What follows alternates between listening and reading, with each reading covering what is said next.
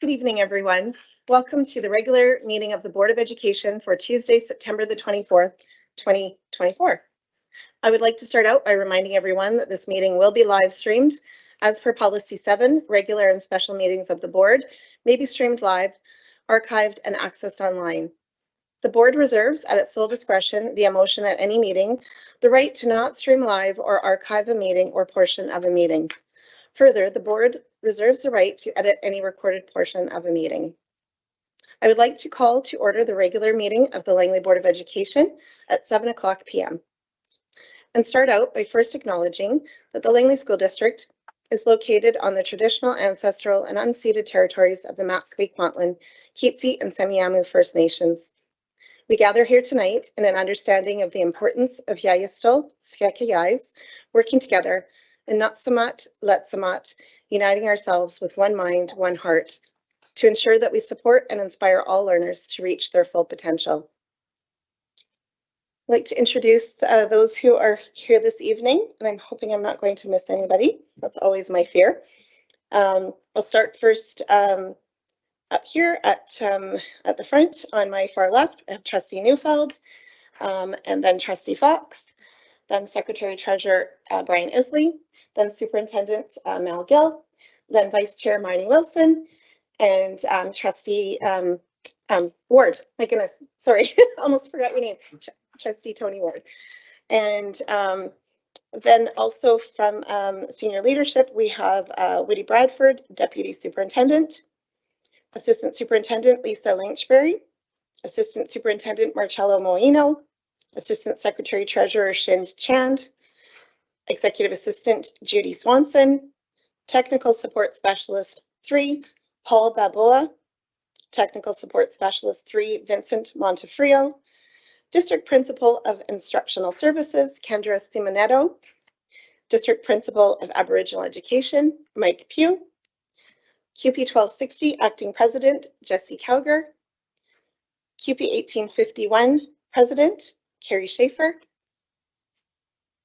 LPVPA President, Paul Trottle, LTA President, Taylor Photo.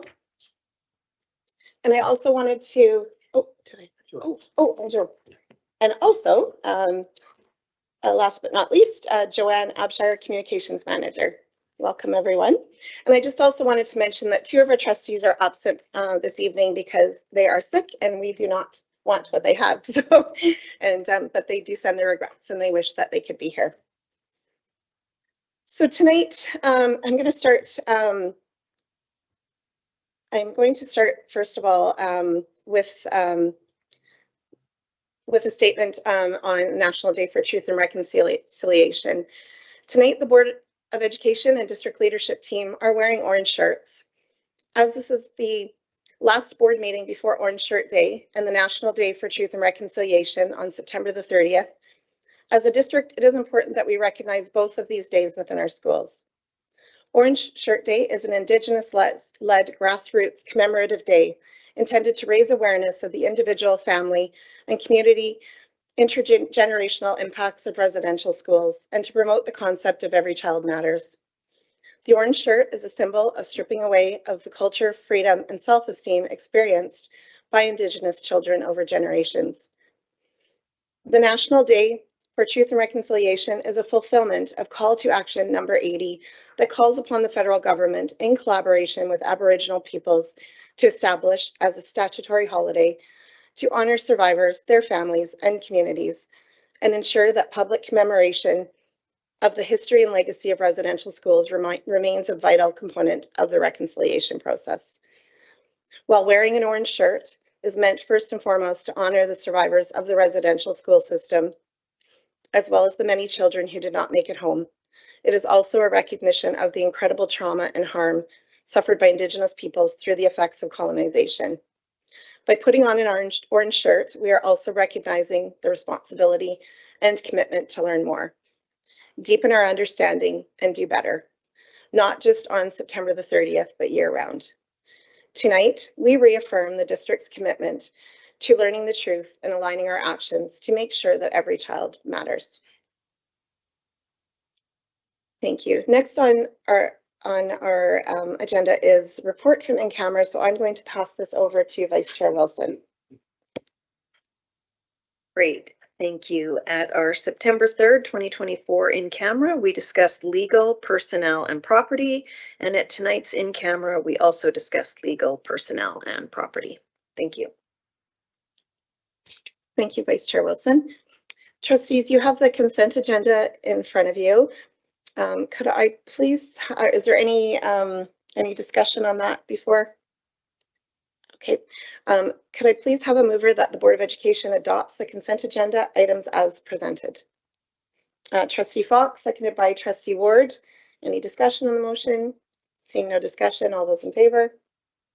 Opposed? Carried unanimously. Next, we have consideration of the agenda. Could I please have a mover that the agenda be approved as presented? Trustee Fox, seconded by Vice Chair Wilson. Any discussion on the motion? Seeing no discussion, could I please have a show of hands? All those in favor? Any opposed? Carried unanimously. Next, we have under 6.1, we have delegation from the Community Justice Initiatives Association. And I'd like to welcome, and I hope I say your names correctly, Marcella Villaca and Susan Havinga. So welcome. Yeah, you can come up to the podium there.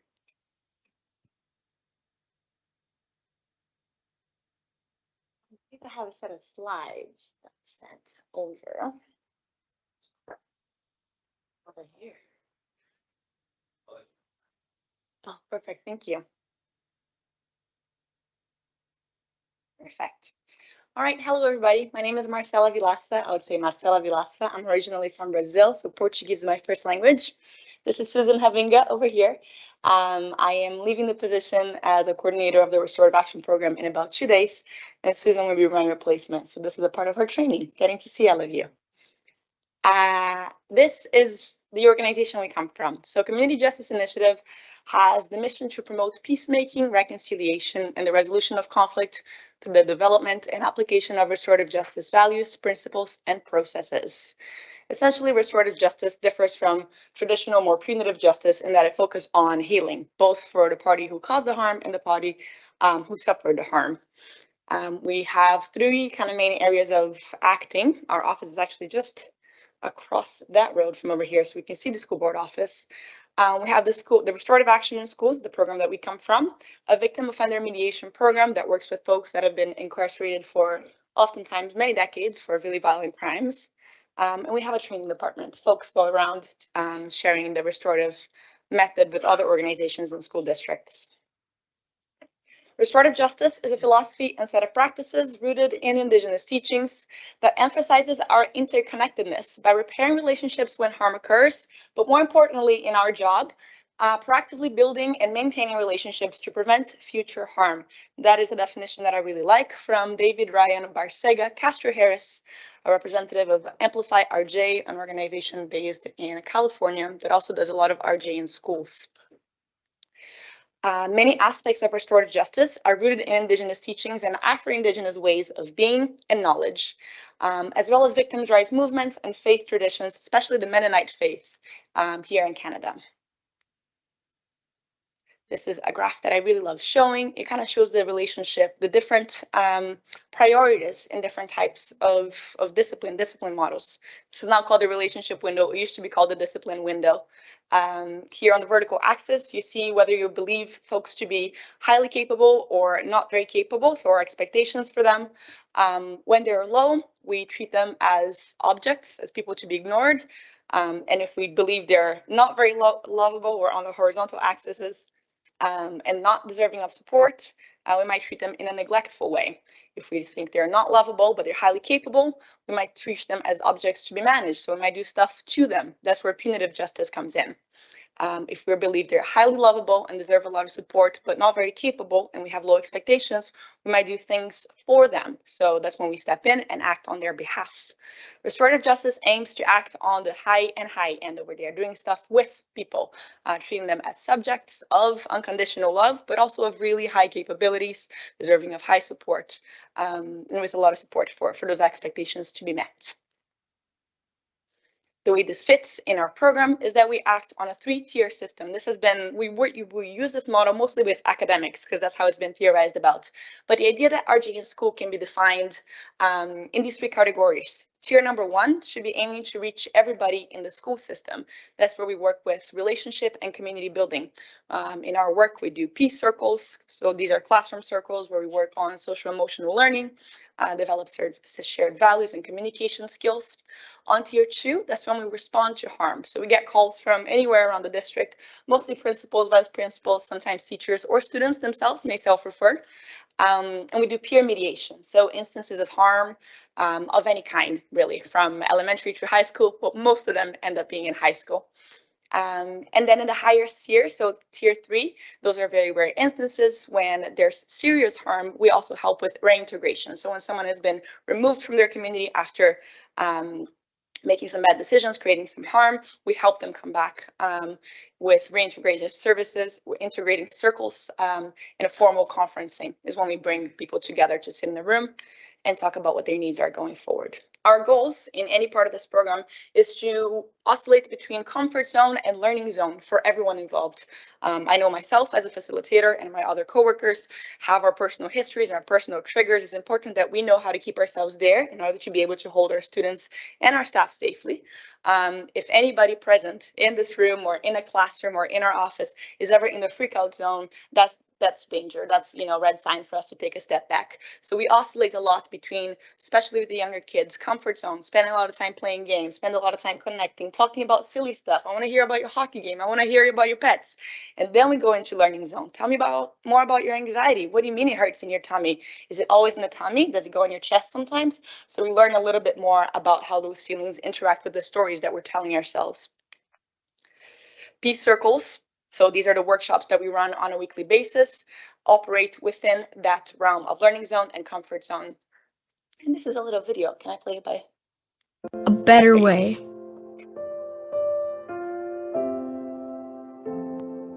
You think you know what goes on in schools, but you don't. It isn't always about grades or teachers, popular groups, or the cool kids. Every day we come to school loaded down with more than just our backpacks. Untold stories, things we don't even tell our friends.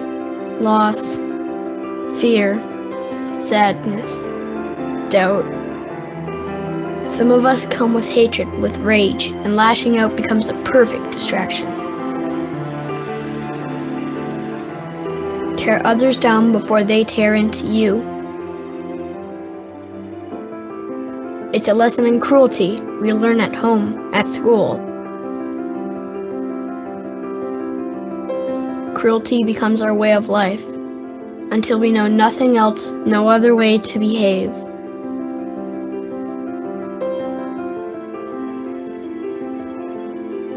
And any doors not closed on us, we close on our own.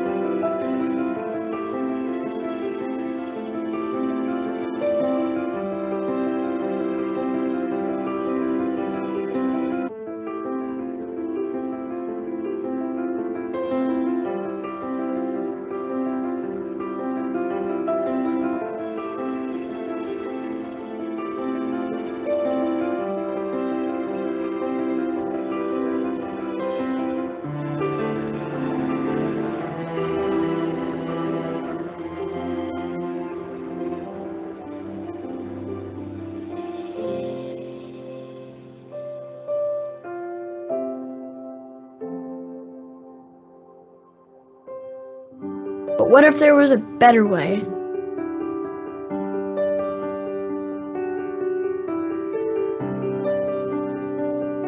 What if we could all reach out, explain how it feels to be us? What if we recognized pain in others? What would our school look like? Would anger and frustration be replaced with compassion? Could we admit we're all human? Could we admit we make mistakes? With the Langley Restorative Action Program, we can learn how to cope with all these overwhelming feelings. With situations at home or the ones that follow us to school, we can learn skills and tools to handle conflicts without fighting. We can get help with our problems. We can be ambassadors of hope. We can be ourselves. All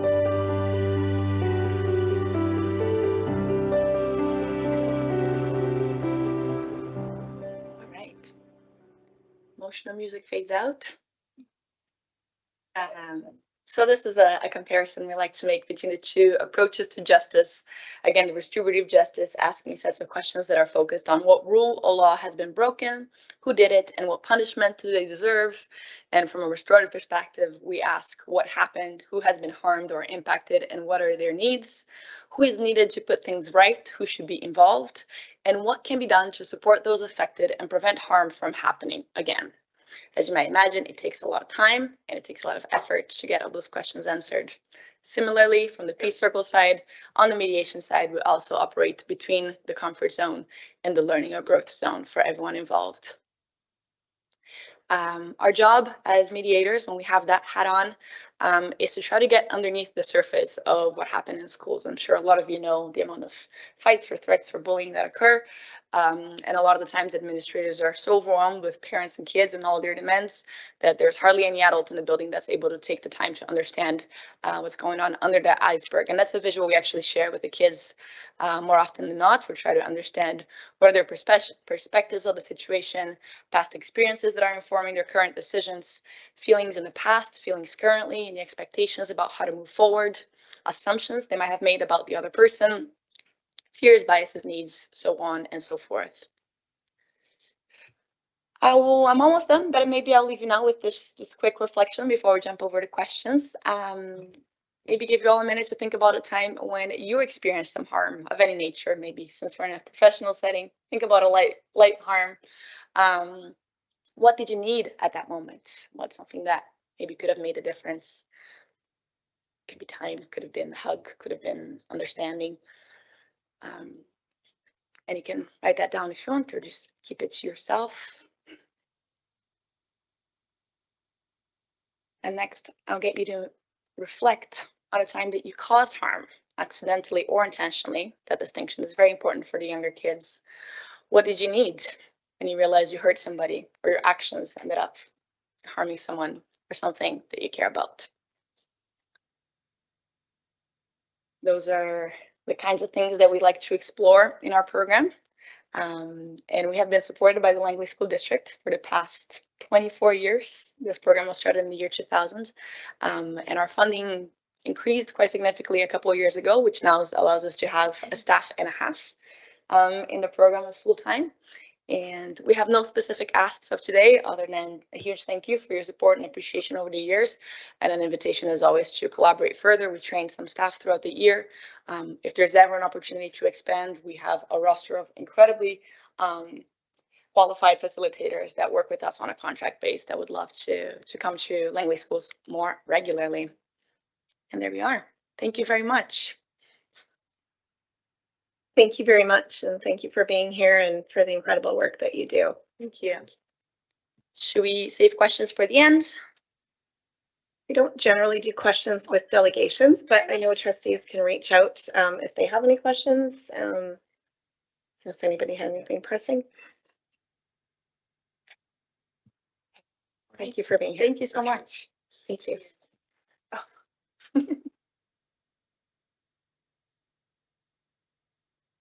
Okay, moving along on our agenda to 7 superintendent's reports. 7.1 strategic plan 2023 to 2026 year in review. I will pass this over to you. Thank you, Chair Ashdown. It's my pleasure this evening to present just an update on the strategic plan for 2023-2024 school year. I'll provide some highlights. I just want to remind trustees that this strategic plan is the guiding document for our district, not just for our education purposes, but certainly for our community of partnerships and as well as our operations departments as well. As I'm waiting for the PowerPoint to come up, just want to highlight a couple of things that we are still trying to maintain our vision of an innovative, inspiring, and unified learning community, and creating compassionate and inclusive social and academic learning communities that provide access for every learner. The important part of that last statement really is every learner, and really appreciate the fact that we've been working with our partner groups and trustees, getting feedback on the plan over the last year or so, and certainly the support of all partners around that aspect in ensuring that all learners are provided access to the curriculum in every way.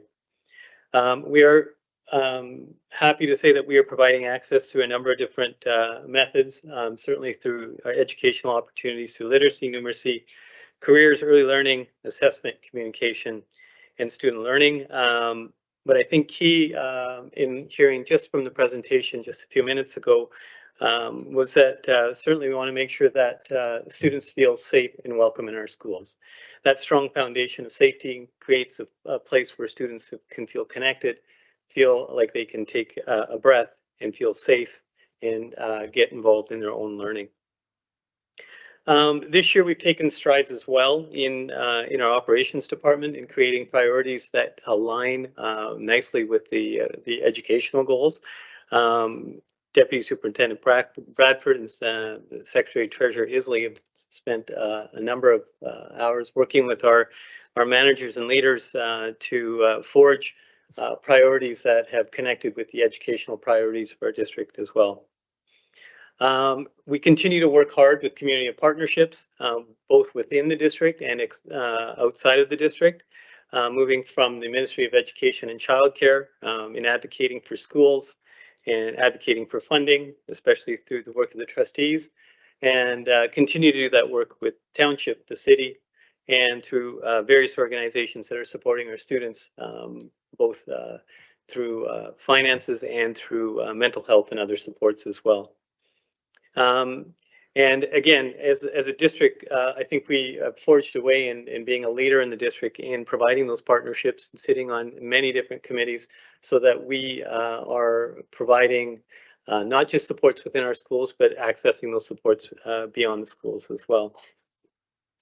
Our strategic plan is certainly data informed, and you will hear a little bit more about that as we get to the place of the festival, which is going to be presented just after this.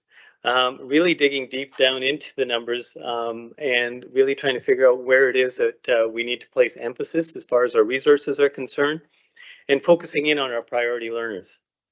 We've established in all of our all of our areas goals, actions, and performance indicators, all that are aligning with our framework for enhancing student learning.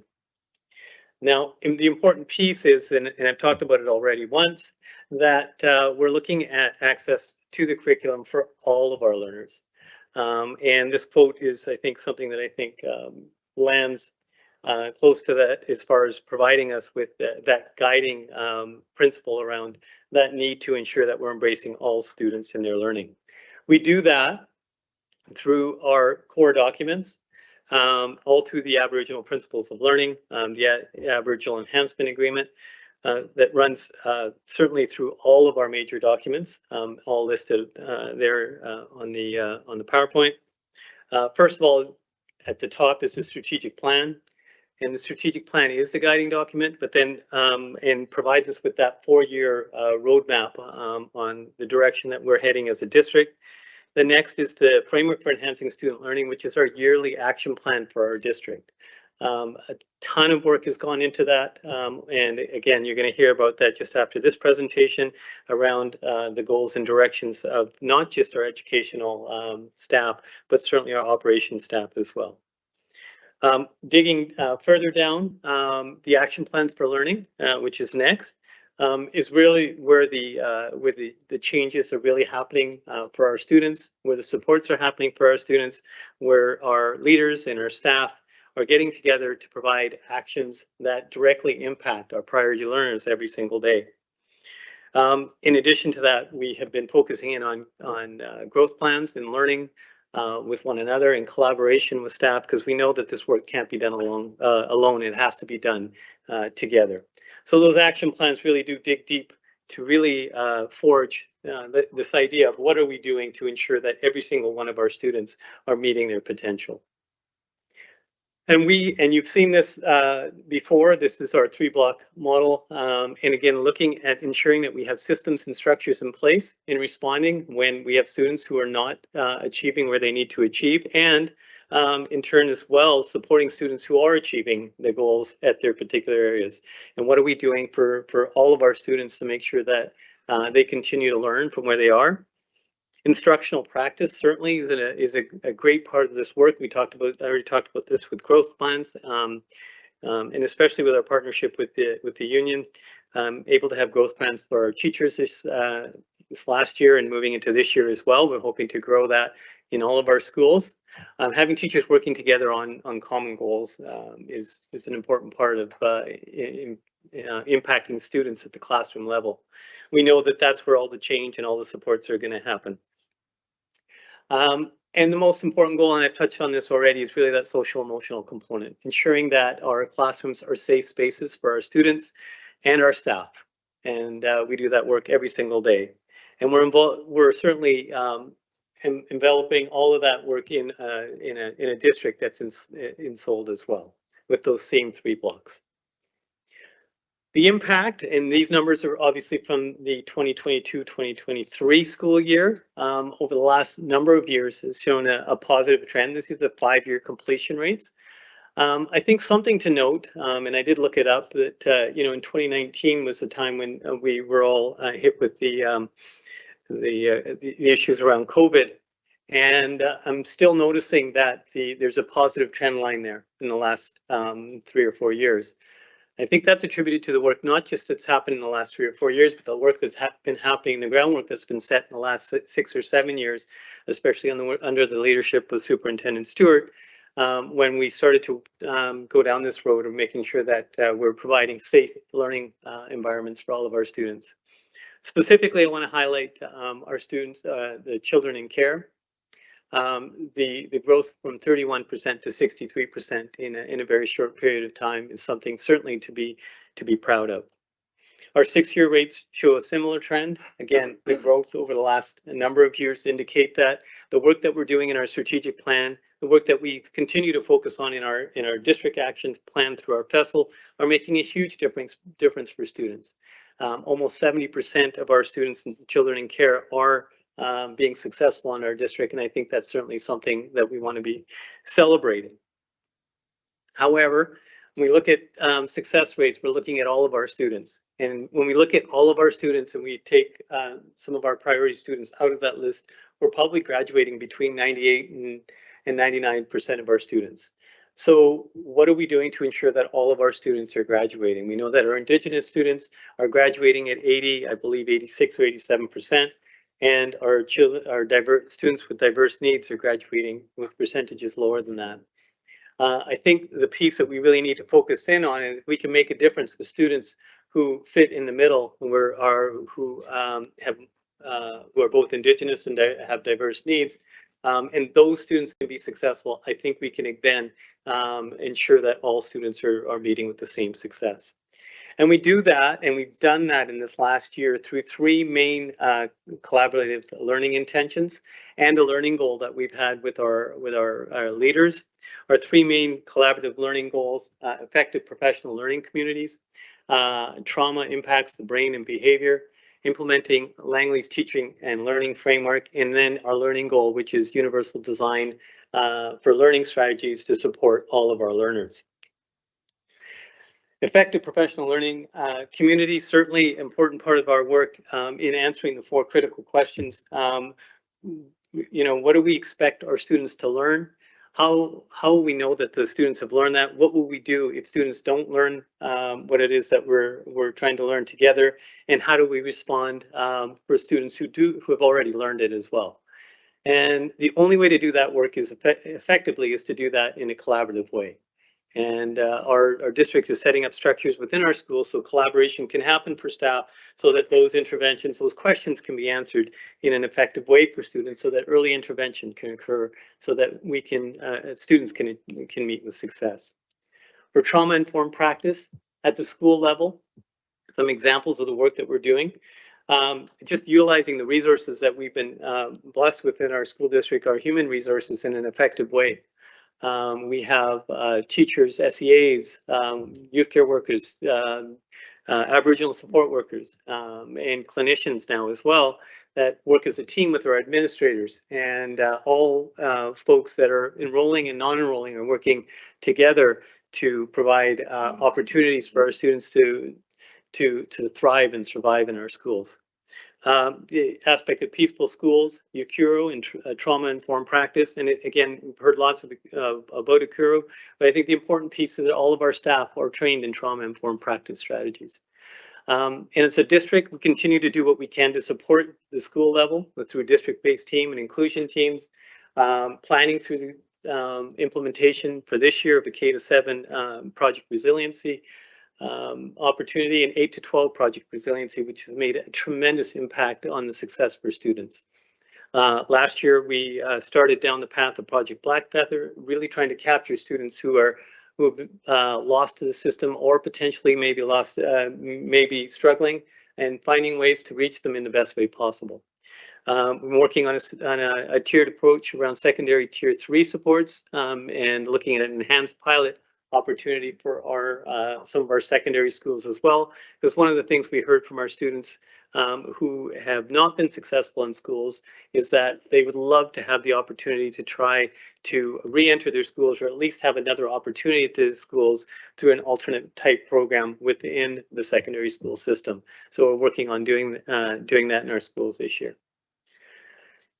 And understanding and implementing the teaching and learning framework. Again, I've said this already, the most important part, most important work happens in the classroom level. We know that, and the greatest impact that's going to happen for our students and the greatest success is going to be met at the classroom level.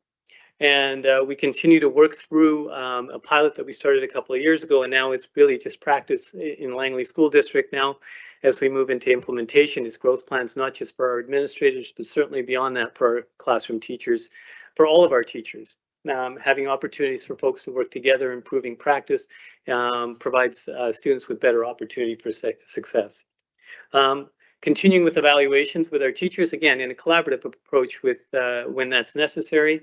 Supervision of instruction, having our administrators freed up as much as possible so they can get into classrooms working side by side with our teachers, and really just highly effective collaboration time at the school level. At the district level, our instructional services and learning support services are working together to ensure that we're providing supports directly into the classroom. We provide supports at networking meetings and superintendent's meetings, and what we're trying to do is really make sure we maintain a positive theme that hits all of the aspects of the strategic plan in vessel, so that we're all working and pulling in the same direction based on the 3 implementation goals plus the learning goal as well. We continue to work through the admin support plan and admin growth plans so that we can reiterate the importance of teaching and learning in our schools. And school-wide professional development on UDL strategies. Again, this is an ongoing piece. This last year was an opportunity for us to work with outside presenters through our superintendent's meeting, and through a consortium through Metro Fraser Valley, where some of our instructional services folks were learning. That was just an opportunity for us to really get ahead of that implementation piece around when we were going to get into schools. And again, I want to reiterate that work around UDL is happening in our schools. We just really have to identify those pockets of greatness in our schools and share that out. And again, utilizing our staff meeting time, collaboration time as best as possible so that we can spread that learning amongst all of our areas. Want to highlight some capital updates for us, just to, again, looking at that community of partnerships and the work around the operations departments. We have spent enormous amount of time lobbying the ministry. I know trustees have as well. Langley is a growing district. We continue to grow, And it was an opportunity for us this past few months really to receive some fantastic news. The Smith Secondaries and the Smith Middle opportunity opens up a number of classroom spaces in the Willoughby region, where we know we have a school, Ari Mountain, that's filling up and perhaps past the word point of filling up. Certainly these two schools can't come soon enough, but we're glad to hear that that announcement's finally been made. We've had modular builds, a modular build that opened up at Richard Bullpit, opening up 6 classrooms, and then we have a couple of opportunities through Nickelmackle and through Len Fripps as well, where we have additional modulars coming. Langley Secondary, 12 classroom addition. Again, there was a bit of a hiccup, but we're going to have that one up and going soon. And again, the Peter Ewart Seismic is an opportunity for us to increase spaces on the Willoughby slope as well. Areas that we're hopeful for in the near future, Ari Mountain 12 classroom addition. We're hoping that, again, taking that to the ministry around our business case, and then an acquisition of a site on West Latimer for another elementary school. And again, through again the hard work of HR and our Work to Wellness team and our committee, we've had an opportunity in our district really to really think beyond the work of ensuring the wellness of our students, because I think and I know we believe that a healthy staff makes for a healthy classroom, and that work has been headed by Megan Zaslanchuk. And we've been doing meeting several times a year. We're getting professional learning for our leads from each of our schools, and sharing fantastic practice around wellness for staff as well. That networking, the grants, the additional professional learning will continue this year, and look forward to sharing that at a future meeting. Again, the strategic plan has been updated. A copy of the strategic plan is on the desk of our partner groups and for trustees as well. Just looking at where we are moving in this next year. But again, the details of our next year are really going to be embedded through the framework for enhancing student learning, which you'll hear next. And I'm happy to take questions. Thank you. Your trustees have any questions? Questions for trustee? All right. Okay, so we have a recommended motion that the Board of Education receives the update on the strategic plan 2023-2026 for information as presented. Do I have a mover? Moved by trustee Ward, seconded by trustee Fox. Any discussion on the motion? Seeing no discussion, all those in favor? Opposed? Carried unanimously. Moving along to 7.2, framework for enhancing student learning. Back to you, Superintendent Gill. Thank you. As I mentioned in my last presentation, this is an opportunity for Deputy Superintendent Bradford and District Principals Seminato and Pugh to present for us today the framework. I do want to acknowledge the work that's been put into this over the past many months, and the amount of time taken to collaborate with partner groups and to create an amazing plan for the district moving forward.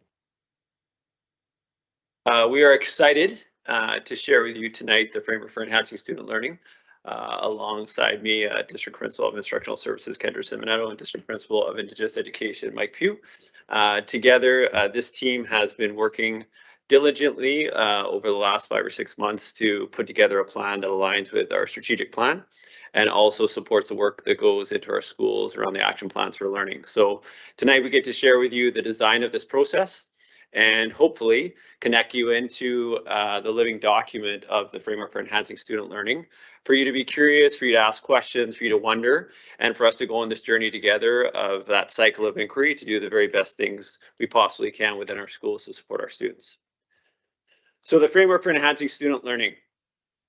In terms of tonight, as I said, we will go through a process with you. I'll share with you the why of the product and the process we went through to design and create and recreate the framework for enhancing student learning.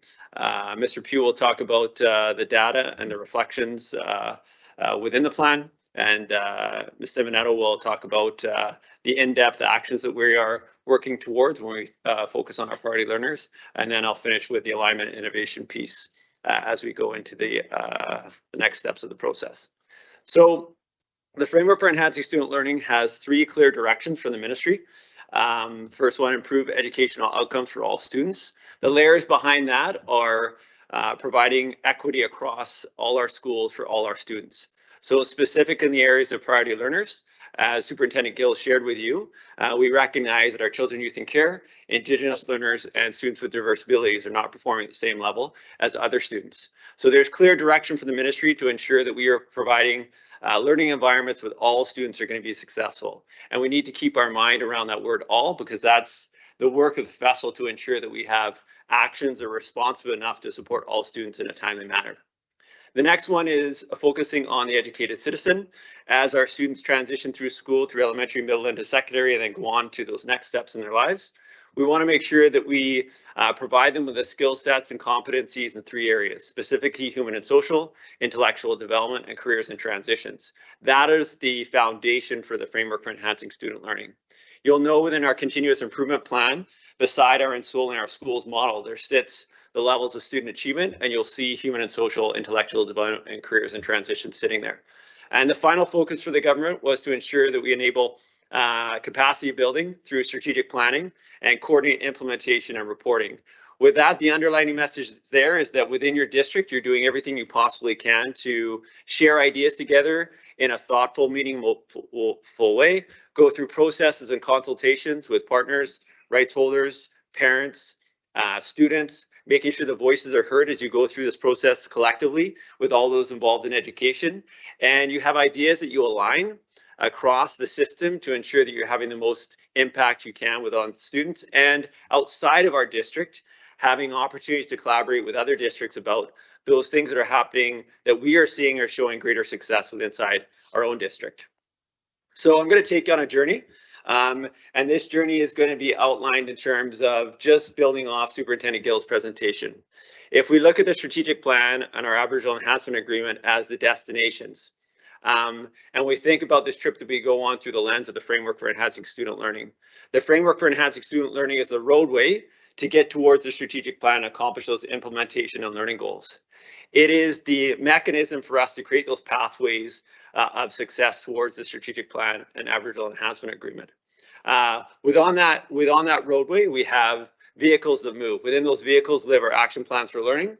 With each of our sites, they have action plans for learning. So the roadway is the pathway to the strategic plan, with the action plans for learning being the vehicle. You'll notice in the picture, you'll see road signs. Well, as we go along this journey, there are road signs and indicators for us to be successful through strategic planning. The framework enhancing student learning has a clear direction. This is an annual reporting plan. This is a 1-year plan, and as Superintendent Gill said, this is our action plan for learning at the district level. So if we have built the strategic plan well and the framework for enhancing student learning plan well, then you should see that visually and connected within our action plans for learning. We recognize all 3 documents have some sort of alignment as they go forth in supporting what we know is the most important work we do, and that's supporting all our students. So focusing on those road signs as we go through this journey together, we need to make sure that as we process the information that we're learning within our schools in a timely manner, we're seeing signs of success as we go through it, and we're doing check marks along the road to ensure that we're getting to the destination we want to get to. So the first road sign that stands out is that human and social development. Just like a good road trip, you need some music on it. You need that sense of connection, that sense of belonging. You need something to engage you in those conditions for success. So that sense of belonging at the school level is critical for our students to feel that success. As Superintendent Gill said, you'll notice that top goal is the implementation goal from our strat plan. So what is the goal that aligns to that in our framework for enhancing student learning? What is our 1-year check that we're actually being successful in that goal? The second goal is the framework for enhancing student learning. This is our annual check to make sure that we are actually creating the conditions for students to be successful, having those opportunities to have that road trip, that sense of connection, that sense of value, that sense of belonging in the schools and in the classrooms and in our district, so that they understand that we're doing everything we possibly can to create those conditions for them to have that sense of value in our schools. So making sure that we're developing compassionate learning communities that nurture the gifts of all of our students. So making sure we individualize those playlists for each one of our students. The next one is the intellectual development that we connect to the strategic plan through the Langley's teaching learning framework. So this is an opportunity to open the book to best practice. So when we look at literacy and numeracy, what are the practices that are happening within our classrooms and in our schools that we can share with each other through that through the teaching and learning framework? They're going to have the most success for our students. And if we share those strategies with one another, if we are able to build capacity within our students around joy of literacy, joy of numeracy, and they see the purpose in it, then what we should see in an annual reporting plan through the FESL is that all students will meet or exceed literacy and numeracy expectations. So that is the goal within inside the framework for enhancing student learning. That's our road sign to check to make sure that we're opening the book the right way for our students to be successful.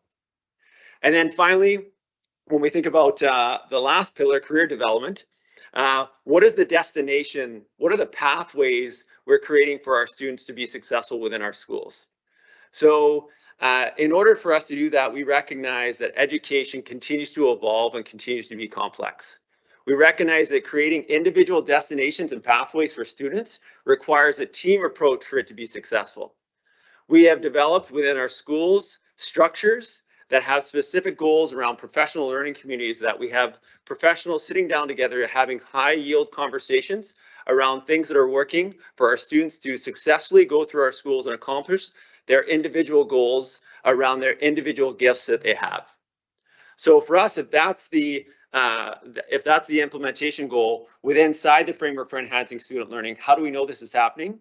We know that students will transition successfully from secondary schools with core competencies to achieve their life and career goals. So on an annual basis, that's our road sign. That's our check to make sure that the destinations we're creating for our students are actually the pathways that they are going on that represent their own gifts within inside our system. So behind the road signs is a question that we continue to look deeply at. And this process was built around this question. So when you think about that cycle of inquiry in terms of the work that you do, and I asked you at the beginning to be curious and wonder, this is the curiosity and wonder that we have as a district. This sits at the systems level, it goes into the school level, and then it rests at the classroom level with the individual child in terms of their needs. And we know that this is a reciprocal relationship. We know that we need to do our very best to provide experiences for students that are going to be received in a way that they feel a sense of connection in what's happening in their life and their purpose in school. How do we do that? Looking through the FESL, I think of two words. In Langley, we have growth and opportunity. So as educators, we look through the lens of growth and opportunities. And within those lenses of growth and opportunity, we think about experiences. But between experiences and growth and opportunity is the word actions. And that's what we're trying to make sure that we focus on. And Ms. Simonetto is going to share with you in a minute. Those actions have to be in depth for our priority learners. We recognize that most of the actions that we're doing in our schools right now are having a lot of success for most of our students, but not all of our students. So there's still areas of growth that we need to focus on, and we need to balance the growth and opportunities we are having as a staff through the implementation goals and the learning goals that we have, the experiences that our students are having, and how those actions are creating those experiences for our students within inside of our schools.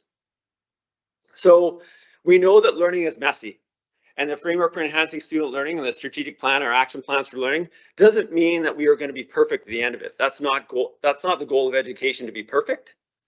The goal of education is every day we get in front of a group of students, in front of a group of staff, that we're getting better than we were the day before, and continue to grow in those areas of building our skill sets to deliver the best possible experience we can for our students through the actions that we've created. So as we work towards the strategic plan implementation and learning goals, we are getting better each day at the work that we're doing. and we're doing it together. And that's something that we've seen over the last few years. Superintendent Gill talked about the work that Superintendent Stewart did around just establishing that journey around ensoling our schools. Within that journey was the power of educators working together. And we're seeing that happening within inside of our schools, and we're seeing the results of that in the data that we're producing through the results that Superintendent Gill talked about through the strategic plan. So it's not all perfect. So part of the process for the framework for enhancing student learning for trustees to know is that the framework for enhancing student learning goes to the ministry, and the ministry evaluates our framework for enhancing student learning, and they give us feedback on it. Trustees would know that we've had the framework for enhancing student learning now for a few years. And in receiving feedback from the ministry last year, there were two areas that we needed to target, and we needed to make sure that we were showcasing within the festival itself that we are digging deeper. One area was in reflection. And Mr. Pugh is going to talk about this in a minute, but deepening the understanding of the reflection we're doing in the data that we're collecting, qualitatively and quantitatively. So within the numbers and with the stories. So we need to make sure that we're looking at the results with our eyes. We need to make sure we're hearing the stories with our ears, and we need to make sure that we're making decisions with our mind and hearts connected, not so much. Together, making sure that we're one heart, one mind in the reflections we make in the best interest of students. The next one is targeted actions through the lens of equity.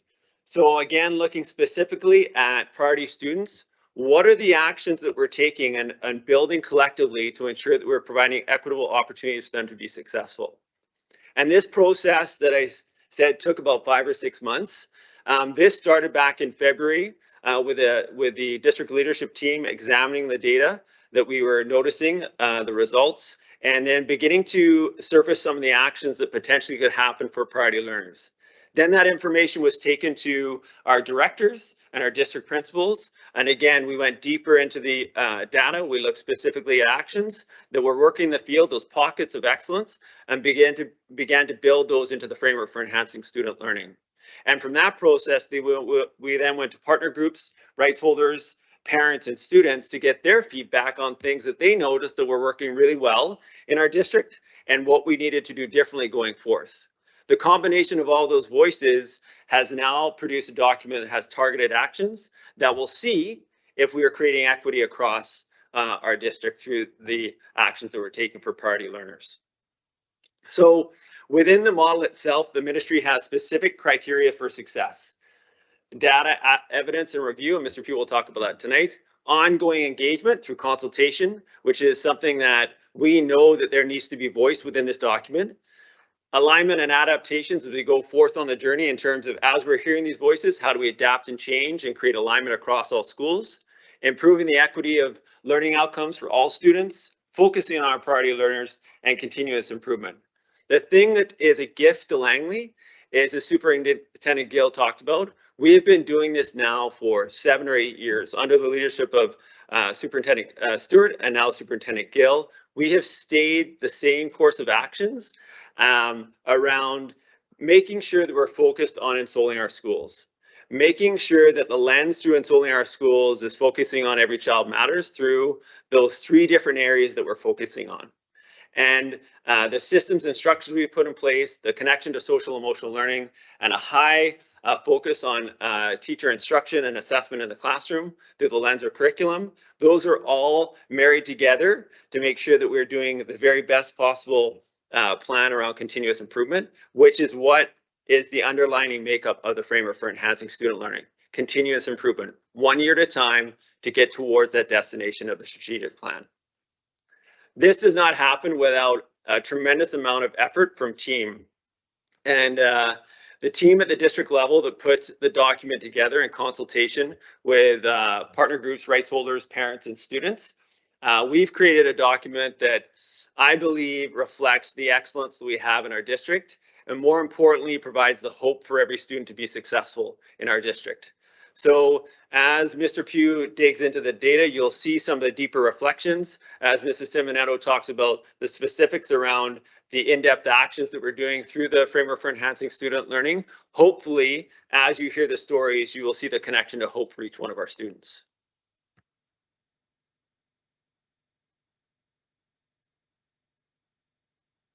Thank you, Deputy Superintendent Bradford. It's LCM. As I've sat back there and listened to Deputy Superintendent share, I was struck by the importance of, especially on a meeting like today, as we all stand here in our orange shirts, to reflect upon the fact of we are trying through this vessel to change the system to fit the students. We wear orange shirts because a system tried to fit students into its system and didn't take them into account. And that happened at an incredibly extreme end of what can happen when the system is inflexible. And so, as Deputy Superintendent Bradford highlighted, this is an incredible piece of our guiding principles that we say we follow, that of Yayastal, working together, not Samat, one heart, one mind. And that we do need to be guided by data, but remembering that the data is not just numbers. It is the representation of each student, their spirit, their shwali, that we have the duty to carry forward and to find success. He talked about making sure we find different ways to open the book for the students. How do we change that system? And so you'll see here, as we went through this process together, working together, that we found the ways, and then we had wonders, but the wonders were not about how do we change the students? How do we support them in a way for them to be different? It's how do we reach them and change the system around them to support them to be great? And so the process starts, the ministry sends us this data. And all of you trustees have seen this as we've gone through a process with you as well. And this is just an example of the process we've gone through. We get results for the FSA grade 4, literacy, we'd see some district data. For our district, the number of Indigenous students on reserve is essentially equal to the number of Indigenous students within the district, so that's why the lines overlap. And you don't see a line for Indigenous students living on reserve as that data is masked. Same thing is true for children, youth, and care. There's no purple line there. We have the same result at grade 7. You see the purple dot. There was 1 year where we had more students, 10 or more students, who qualified under the category of children and youth in care. And there might be some wonders you can take from this, but one, I'll be honest, it's not an easy graph to read. And two, there's a lot more information we need to drill down to. And so as a district, we took that data and we said, okay, they talk about, for the FSA, the number of students being on track. Well, let's look at that in a different way. So for the FSA, they talk about being either, are you emerging, are you on track, are you extending? And we as a district say, well, no, we want to look at that on track piece. Are you either developing or are you proficient? And so we look specifically at just where are our students at in terms of proficiency on the FSA. We do the same with the FSA 7. And you'll start to see as we drill down, we get better pictures that are left to give us some wonders. We're then able, and I know it's small, don't worry, you're not supposed to be able to read it. It's just to show you what we've gone through. But here's reading data over the last 5 years at grade 1, grade 2, grade 3. Looking at our priority learners again. We can now look at different results to try to compare back to that ministerial data. And so you've got this whole picture, this complete picture of data that starts to have us wonder about the students, because we always made sure that the students were kept at the center of what we were trying to figure out. And from that piece, just for this one part, you'll see this set of wonders.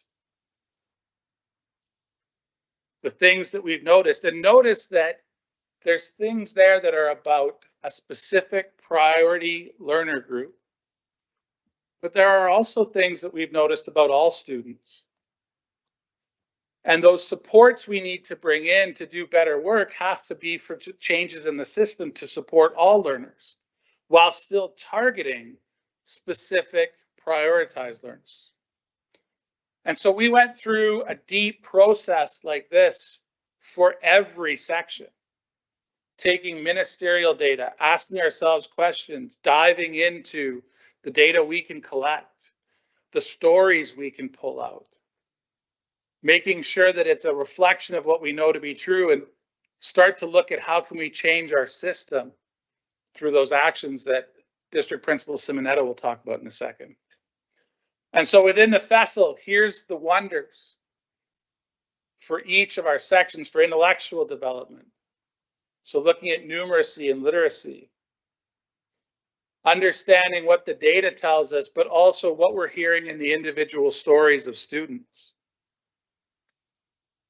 That it's focusing on all students, but also on those priority learner groups that we want to make sure that we are targeting with specific changes to the system.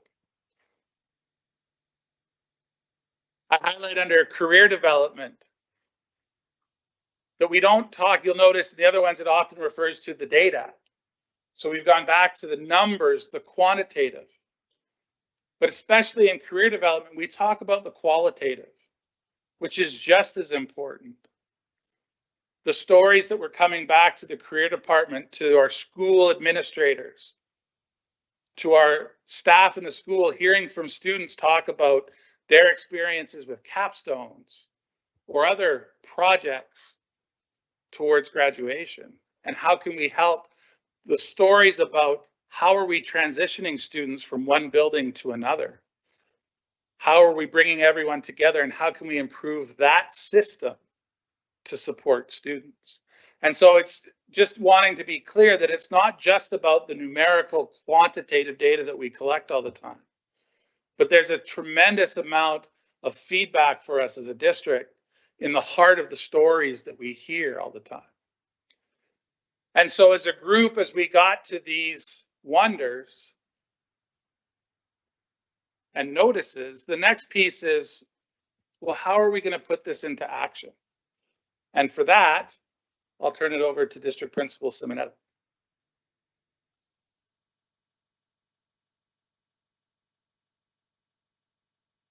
Good evening.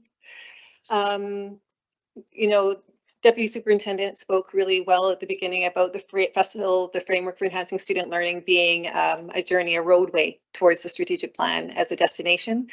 And if we think about the data serving as a bit of a check engine light, letting us know that maybe we need to pause, reflect, make some adjustments. The targeted actions that we have engaged in and gathered through the collaborative engagement process with partner groups, and including students, not just database, but also story gathering, has allowed us to create these targeted actions in each of the 3 domains to be able to articulate what we believe could be the directions that we take to take us closer to the strategic plan destination. So over the course of this next year, what specific things can we do with priority learners in mind to be able to make impact and take us that step closer? When we look at literacy, as we continue to do, literacy has been a focus within the district for several years, and we are seeing some gains for students, specifically our youngest literacy learners, but we know we still have work to do based on data and what it's telling us. And so the Lit 35 team that has been developed over the past year, that was a collaborative team between district administrators, associated professionals, learning support teachers, instructional services, has come together to create a K-12 scope and sequence. And the K-5 scope and sequence has been launched in the past several months to be able to share with elementary schools. We'd like to continue to develop that and assess the data that we're seeing in schools of how it is being implemented so that we can continue to refine and review it. We know that the data is showing us that the literacy rates are starting to shift when students reach in intermediate to middle years. So we have intentional actions that are consistent across all our middle schools to identify a potential screener to be able to identify skills for literacy development that might be lagging for a student so that we can actually start to plan targeted interventions and supports for that specific child. Also, we're excited to be able to introduce a middle years literacy conference. We've heard from teachers and staff that this is a need, this is a desire. And so we hope to be able to provide that opportunity for middle school teachers to come together, talk about rich instruction and assessment, and be able to understand how they can support the learners in the middle years. The priority learners continue to be our focus as we look at the data and be able to understand how can we actually support diverse learners in the different realms from K to 12. There's currently a Lexia pilot that's happening at a secondary school, and we're going to collect the data of the impact that's having on those learners to see if it is something we should be considering to expand to another secondary school. The PCI program, which is in middle schools for students in complex resource that focuses on word recognition and vocabulary development, is something that we're looking at expanding as well to be able to really support those the skill development in students that are below their grade level expectations in literacy. Working as a deputy superintendent spoke to before about PLCs and the power of teacher teams working together, and even beyond teacher teams, the PLC structure that lives in our schools, for them to work together as teachers, resource teachers, associated professionals, the family of schools, inclusion teachers, to come together, looking at diverse learners and building those really rich numeracy and literacy goals so that true high yield intervention strategies can be put in place to see impact for student growth is something that can only be done through the team model.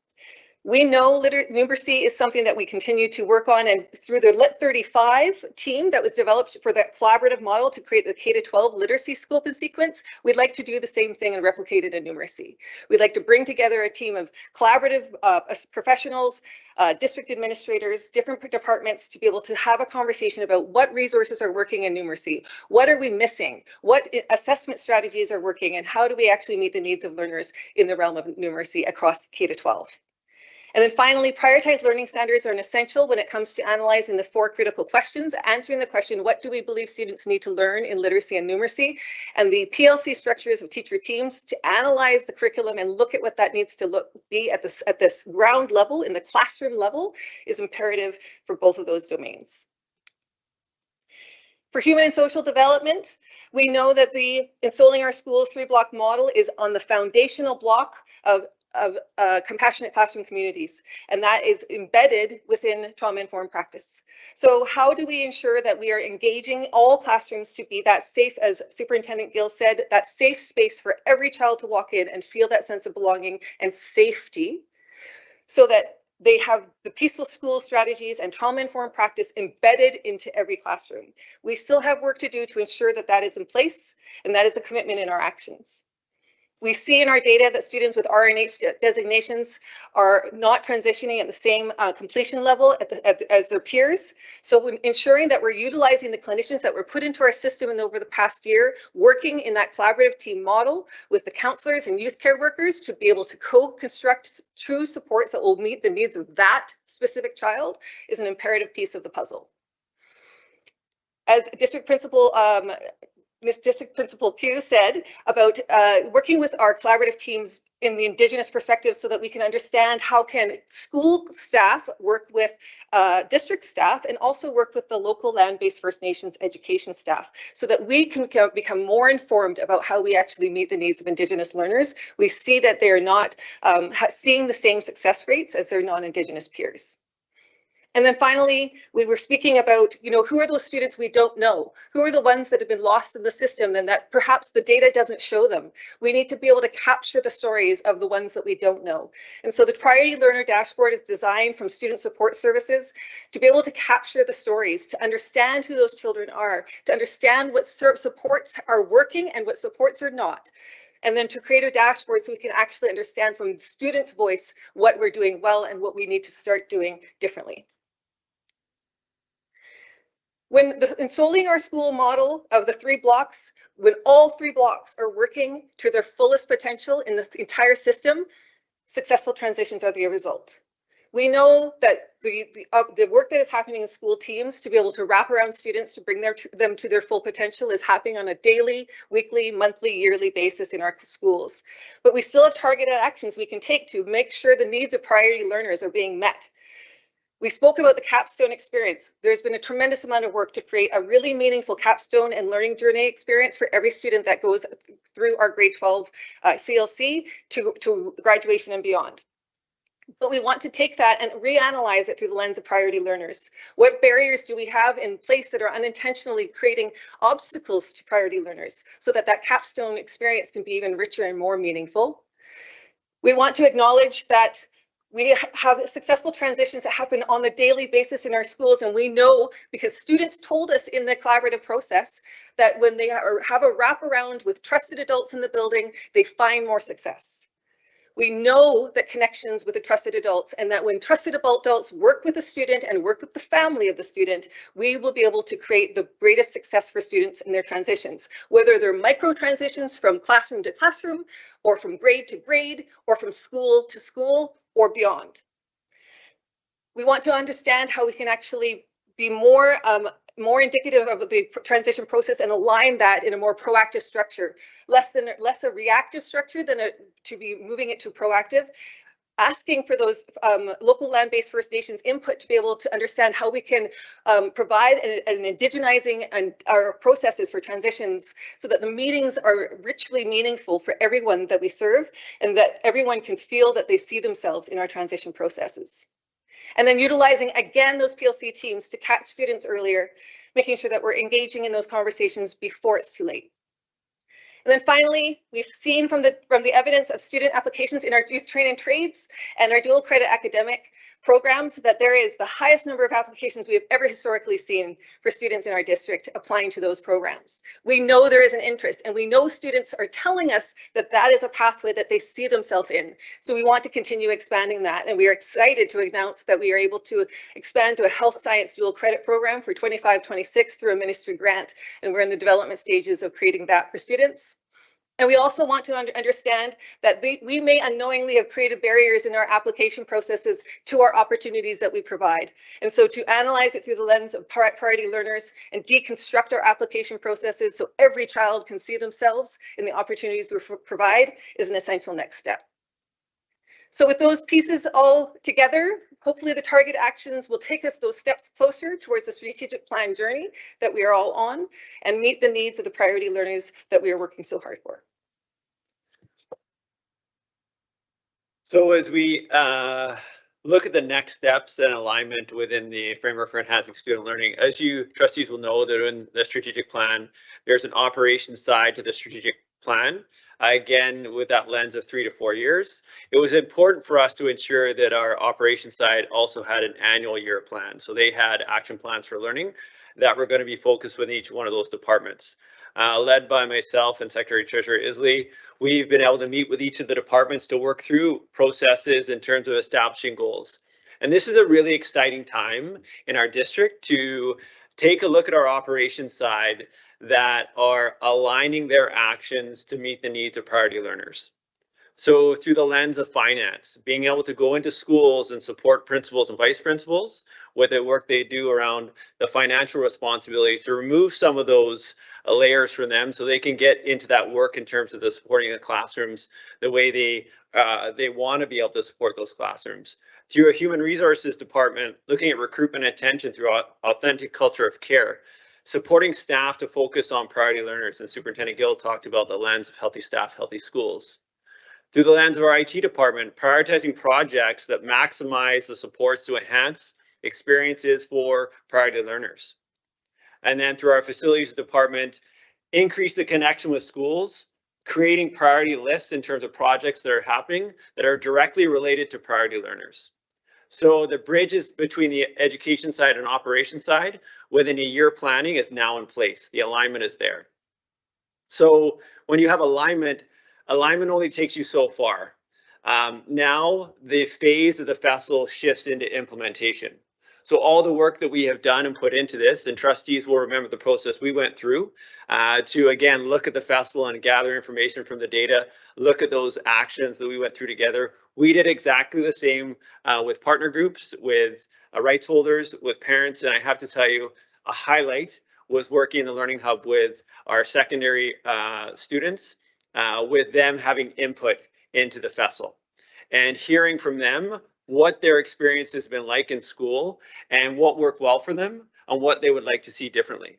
And that voice is really important as we go forth year to year to ensure that we capture those experiences so we can reflect on them and build actions that reflect things that are working really well for our students in each one of our schools. So we've hopefully captured all the voices to align. And as I said, now it's time to implement. So how do we implement? The framework for enhancing student learning is a bridge between our strategic plan and action plans for learning. On October 4th, most schools will go through school improvement and they will take a look at their goals for the year. The framework for enhancing student learning will only move if there's alignment between the action plans for learning and the framework. So through the work of our assistant superintendents, Lisa Lanchberry and Marcello Molino, they are working with our principals and vice principals to align action plans within the FESL through the data that's at the school level. So looking at the qualitative and quantitative information at the school level and making decisions based on that data within the context of that school, and then where are the connection points to the FESL. If the FESL is not making those connection points, we know that we have to adapt and change the FESL. As Mr. Pugh talked about, it's now not about the system changing. It's us changing the system, for the students, not the students changing themselves for the system. So as we look from the ground level, right at the classroom level, the question's still going to remain the same. It's going to focus on this critical question. So we started from the system level. How do we support priority learners at the systems level so that they can reach their full potential? Now it's the work in our buildings to look at school and classroom levels to find out those actions that are happening in our classrooms that are having the most impact. And are those reflected inside our framework for enhancing student learning? And the part that will be important as we do this annual reflection on the growth we have as a district is to gather that information in a timely manner. And then adjust the document before we go into the next year to ensure that those actions are visible within the document itself. We feel like we've landed the document now in a place that can build from here through growth and opportunity that allows for experiences to be held within that document that reflects actions that are going to be meaningful. And as I said, as we continue this consultation, the biggest thing is voice in this. And I'll connect back to what District Principal Pugh began his opening with in terms of the lens of truth and reconciliation. I truly believe that this work is wrapped around us doing this together. This is Yayastal. This is the work that we need to be able to do together to be able to capture the last 5 or 6% of our students, for them to feel that sense of belonging and connection in our schools, to know that when they walk into classrooms, there's going to be choice and flexibility for them to be successful, and to know that when they transition through our schools, they will have a network of support to get from grade to grade, to class, to school, so that when they cross that stage at the end, they know their story has been heard. And as trustees have the document that was in your package, you will notice that there's a story in there. And there are 26,000 stories within our district that we need to capture within this vessel, reflecting the actions that are layered in those experiences for our students. And if we do that, I truly believe that we will continue to improve as a system. And as I said, we can't do this in isolation. We have to do it together. And it's not about us not thinking we're good enough. It's about us being even better to achieve the success we need to achieve. And we have to do that together as a group, collectively. So with that, if we can provide those actions that allows those experiences to happen through the layers of stories for our students, then truly we will ensure that our system isn't sold and that every child does matter. Thank you. Thank you. Did you have any follow-up, Superintendent Gill, on this, or no? Thank you very much for your presentation, and it's always very inspiring. It makes me continue to be so proud to be part of this district, and your work is invaluable. And honorable mention as well to you, Deputy Superintendent, for your AI images. They're always pretty incredible. Continue to impress me. I wanted to just mention too, District Principal Simonetto and District Principal Pugh have walked this journey with me through the Framework for Enhancing Student Learning. And yeah, still doing things together. I truly thank both of you for the work you've done. It's been tremendous, and we've done this collaboratively, and I think the document's in a good place, and now the work begins. So. Absolutely. What an incredible team, really. So we have a question from Trustee Neufeld.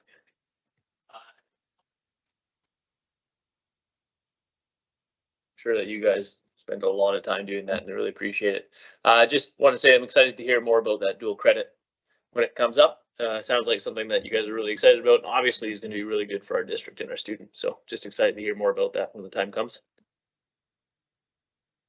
Thank you. Any other trustees? Vice Chair Wilson. Wow, that was a lot of information, really fast. And it was just like, I probably have like 14 questions, but I was like, oh no, don't ask that one. This one's better. But the images, you guys have outdone yourself. Like, you might want to go into a different business with this whole. No, okay. But wow, they were so engaging. Like, really good job on that. Okay, so yeah, I have so many things. I found the two presentations, yours as on the strategic plan, just connected. They were like the same sort of ongoing. So that was really good because they are very connected, obviously. And yeah, I really liked how in both presentations you talked about connecting with the partner groups. And I must say this term as a trustee compared to last term, I just see us sort of improving on that the whole way the strategic plan was created. And most importantly, the way that we have been gathering feedback. Like, without the feedback, it just seems, you know, like what's kind of the purpose. So I'm really proud of the work that you guys have been doing on that. There's a couple questions I have. I noticed on one of the slides where you talked about healthy staff, healthy schools, and the authentic culture of care. I see in here we have the Guarding Minds employee satisfaction survey. And I know we were saying last term we were going to do that once a term. Do we have a date for when that is coming? Good question. In fact, Megan Tatsalinchik and I just had the conversation around Guarding Minds. So we're looking at timeline for that, but it's something, obviously it's indicators in our strat plan. So we want to revisit that and we want to be able to provide it. I don't have a date for you in terms of when we're going to do it, but it is part of our discussion this year with Healthy Staff, Healthy Schools about when we put that back out to gather that information. Awesome. Yeah. And can I have a follow-up? That's not really a follow-up. Okay. Thank you. Yeah, you talked a lot about priority learners, and you know, it's so important, the connecting and finding all different ways to connect. And I know that we've talked a lot and seen a lot of different data and information over the last few years about attendance and what an indicator of success that is. And so I see it kind of linked all over, but is there any specific sort of actions we're taking on when we see, you know, the drop in attendance and see that connection for how it's affecting especially our priority learners? Is there anything we're doing in particular that you could say just connects to increasing attendance for those learners? One of the mechanisms is district-based team. So when a school is noticing that a student is not attending on a regular basis and there seems to be a consistency in the pattern of that, the school sends in a request to district-based team for us to be able to have a conversation with the school team, understand what's happening on the ground level, perhaps at home, and then we can distribute perhaps next steps from the person that is well suited and an expert in that realm to be able to work with the school team to be able to bring the student back, put some transition plans in place, put some supports in place, and perhaps even partner groups from or outside supports in the community. So that's one of the mechanisms. Yeah, and I think at the school level, just what mirrors that is a school-based team and the support staff we have around that table. So from our resource teachers to our teachers, associated professionals, our counselors, youth care workers, Aboriginal support workers, the teacher, just having conversations about things that we know about that student story and what are the barriers that we can do to remove for them so that they can be successful. And I think, again, if you look at the document itself, there's a student story in there and there's clear barriers within that that student story. And so how did we remove those barriers? And I think that's something we need to continue to work with for the individual student, is to figure out what are those pathways that are being blocked and how do we remove those blocks in those pathways for them to be successful. So attendance, yes, would be a great indicator of that. Is it food? Is it clothing? Is it things that are going on at home that they can't accommodate the bell schedule because of things that they're responsible for at home?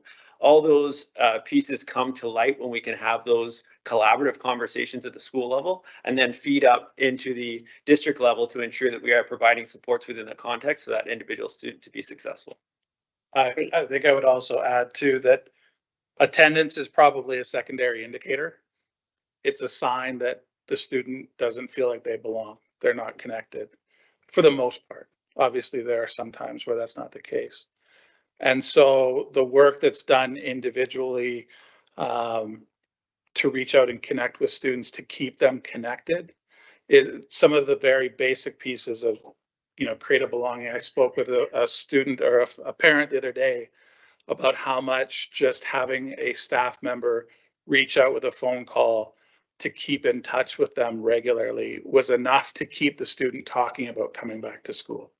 And so it's sometimes, as I said, it's one of those things that we have very easy data to collect in terms of attendance, but it's often a very secondary piece in terms of what the underlying, and as both have alluded to, finding the necessary solutions to those barriers for every student. Great, and I appreciate that you pointed out that the barriers are vast and different for every student. So thank you for your work. This is amazing. There was so much info in there. I feel like it could have been spread over 4 meetings, but thank you. I know it was a lot. Thank you. Any other trustees? Trustee Fox. Thank you. Just in terms of some of the graphs and some of the pictorials, yes, Mr. Pugh, are they available for people to access? I think right now, one of the things we're working on is how do we put that out in a system, or at a systems level, how do we share that information out for people to access, and where do we house that? Continuing to work on that. Some of the data is readily available to anybody through the ministry. They have their ministry data site that anybody can go to and access a lot of that data. Some of it, as we break down and further delve into very specific areas, we have to be very careful around the identifiers for students and ensuring that we're masking it at all times. So some of it will not be available, and some of it we hold. There's much more that we didn't share all in one night that we hold on to that we can't share out because of that reason. So what I understand you saying is they can get in touch with you? One of the pieces that was not a challenge, but one of the pieces that we had to pay attention to as we built the framework or recreated the framework was that, as you can see tonight, and Trustee Wilson talked about it, there's a massive amount of information that went into that process. And to be able to make it user friendly, when you go into the document, there's specific links that you can click on that will give you the information that is allowed to be shared. So the data, if you look at the forward-facing documents in each one of the 3 pillars, there's data you can click right on, and you will see that data. And you can see the qualitative and quantitative data from the numbers to the stories that are in that. And that's the branches out of the festival that will continue to evolve over the years in terms of what we do around consultation and around updating the information that we have around specific things like data. And no, well, they can contact me if they want, but just to be clear for you. Just you though. Thanks. Thank you. Any other trustees have any questions? Seeing no other questions, could I please have a mover that the Board of Education receives the framework for enhancing student learning 2024-2025 for information as presented? Vice Chair Wilson, seconded by Trustee Ward. Any discussion on the motion? Seeing no discussion, all those in favor? Opposed? Carried unanimously. Moving along to 7.3, school startup. I will pass this back over to you, Superintendent Gill. Thank you. Assistant Superintendent Moeno this evening is going to give us a short overview on school startup. Certainly a tremendous amount of work goes into beginning the school year. And he'll share with you, and feels like sometimes I don't believe the school year actually comes to an end as well. So we have lots of opportunities for students throughout the summer, and he'll share that with you as well. So without further ado, Assistant Superintendent Muino. Thank you, Superintendent Gill. Good evening, trustees. I would really hate to be the one who's following up after that presentation. But wait, here I am. So with that, get the slide up. And so you've heard about the strategic plan and the FESL, the goals of the plan, the long-term goals, the actions and questions that drive those goals in each year. I guess the point of startup and presenting on startup, it's about taking a moment in time. A moment in time that actually takes all of those big ideas and all that information and all those efforts and actually crystallizes it into, like I said, a moment in time that at the heart of it is what students experience. And you can, again, if you can imagine a student walking into a school on that very first day, maybe the very first day of school for that student or the first day in that school, what that student feels, what they experience, what they see, what they hear, all of that matters in terms of creating that total startup experience, that first day experience. And so, as Superintendent Gill said, it is an incredibly large endeavor, but by the same token, it actually represents the work of an entire system. And so as much as startup is a moment in time, I think one of the themes of this presentation is that the work that happens in schools is actually a year-round endeavor. And to create that startup moment is very much a team endeavor. And so starting with summer session, yes, learning does not end on June 30th. In fact, when we look at the numbers, summer session runs for 5 weeks in the summer, secondary 5 weeks, elementary and middle 3 weeks. 13 sites plus an additional 5 sites for vulnerable youth. Over 190 teachers, 70 plus SCAs, 16 administrators, 2 clerical staff. And last year I presented on, for the very first time, 2 Strong Start locations for our youngest learners. And I'm pleased and proud to say that that project of Strong Start continued with even more students taking part daily. And again, enjoying in the benefits of learning at the earliest. When we look at the registrations, 3,800 registered students compared to 3,400 in 2023. Yep, definitely recovering after COVID. But when you do the arithmetic, it's more than 15% of Langley School District students who are taking part in courses, not because they have to, they're not remedial. The vast majority are advanced credit, their explorations, their skill development, students who want to continue their learning. In summer, in mid-July, Maya at BC, there was a survey, a search done, and there were actually more than 4,500 students who were part of all district summer programs, not just summer session, but all programs. And again, that brings us closer to almost 20% of Langley School District students engaging in summer learning. Even before students walk through the doors in September, startup is very much a district initiative. For the second straight summer, registration at the school board office occurs in July and August. Previous to that, families who moved into neighborhoods had to wait until the first day when those school offices opened. But about a year and a half ago, district staff with Assistant Superintendent Langebury leading the way brought those parents, those families into the school board office so that no matter when they moved into Langley, they can make connection immediately to this school district.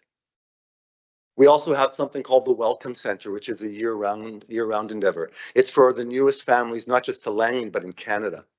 Our ELL department welcomes immigrant families. They come to the school board office, they get help with registration, with all of the different steps that need to occur. And what happens is 2 things. Number one, yeah, they do get help, but they also then get to know names and faces at the school district office, because those newest families in many ways are most vulnerable. So they now have access to all the supports that exist for families who are new to Canada. During the summer, we also have district supports that are busy throughout July and August. Again, facilities maintenance occurs, portables are installed, IT builds its infrastructure in new classrooms. Staffing does not stop in Langley. Electronic consent forms, busing routes, classroom furniture and resources for the new divisions, deliveries of all that. Every department in IT, every department in maintenance, every department in transportation, every department in the school board office is working throughout the summer to ensure that that moment in time, that first day of school, is one that is warm and that is welcoming for every single one of our students. Our instructional services combined with our learning support services and student support services come together for setting up for success. That's where they bring our newest teachers in the system who come for 2 days in August. They choose to come, and for 2 days they learn all about the Langley School District, what we believe, what you've heard over the last two presentations in terms of our philosophies and what we want our students to experience. And then they learn tips and tricks that will make, I think, any new employees' lives a whole lot better. And so in many ways, the entire district is setting up for success of that first day. But it's also not just of setting up for success for, again, for staff, those new teachers, but also for, again, every single student that walks into those classrooms. At the school level, when students actually did walk through the doors in September on that first day, September 3rd, what they found were administrators and clerical who had been in for a week, very often 2 and more than that, getting the school ready. Teaching support staff had prepared their spaces, had prepared their learning resources, gotten to know their class list as much as they had been finalized to that point. New students were transitioned into their schools, and all students were then welcomed. So important that both staff at the district level and at the school level, a huge thank you from the district leadership team goes to all of our staff, our partner groups, for helping to create those first day conditions, that startup success that all of our students experience. Along the way, in summer, attended various conferences, and at one of them, the Ministry of Education and Childcare presented and shared what they saw as some of their priorities that, again, you do see in our strategic plan, that you see in our FESL in different shades. So investing in K-12 literacy supports, developing learning pathways and foundational language arts for grades K-7. The ministry catching up to the work that Langley has already been doing. Supporting truth and reconciliation through the continued implementation of Indigenous Education Councils, or IECs, in school districts throughout the province. Improving student outcomes for all students, again, especially vulnerable children and youth, through the lens of the FESL. And again, the work that I know that you saw that went into the FESL, certainly I think helps ensure that our students are going to have as many advantages as we can give them. Supporting mandatory CPR training for all grade 10 students in the province, and modernizing cybersecurity and networks. How do those ministry initiatives translate to that first day of school and in schools? Well, you may recall in the spring, there was a presentation that was done on digital devices in schools. And the Ministry of Education stated that all school districts had to introduce language in their codes of conduct to ensure that learning was maximized in classrooms and that digital devices were less of a distraction. And so what you then saw in those first days of schools in all of our schools, elementary, middle, secondary, were some important messages that admin gave to their students, gave to their staffs, and gave to the communities. The main messages that we focused on for our admin and that they focused on in their communities was, this is actually an opportunity to help our students reset in terms of what cell phones and digital devices mean to them. This is a chance to maybe set right what, in some cases, for some of our students, wasn't going quite so well. It was about empowering the adults to reset the culture in schools to ensure that learning is at the center. It's about being trauma informed when we work with students to ensure that they know how to use those digital devices in healthy and functional ways. One of the messages was to include students, staff, and communities, to have those conversations, to co-construct class and school expectations, and then to communicate those plans to students, staff, and parents. The idea being engagement. The more engaged our student, staff, and communities are in this process, the more that this is just the way we do business in Langley. And so focusing in on one example, one particular school this year, last year we looked at a middle school actually. This year we're looking at a secondary school at Brookswood. And ironically, we're looking at a school that was enhancing digital device opportunities.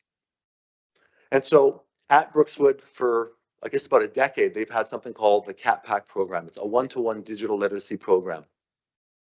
What they decided to do at one point last year early on was to change the experience of their grade 8s who were coming into the school new. They wanted to create a more consistent experience for those students, create more of a middle school model where there was a large cohort that those students then again could have common language in terms of social emotional learning, in terms of organization and study skills, and just help them with their transitions. So very quickly, because again, that program has been around for more than 10 years and has earned the Apple Distinguished School recognition. But they realized many years ago that it's not about the technology, it's about what you do with the technology.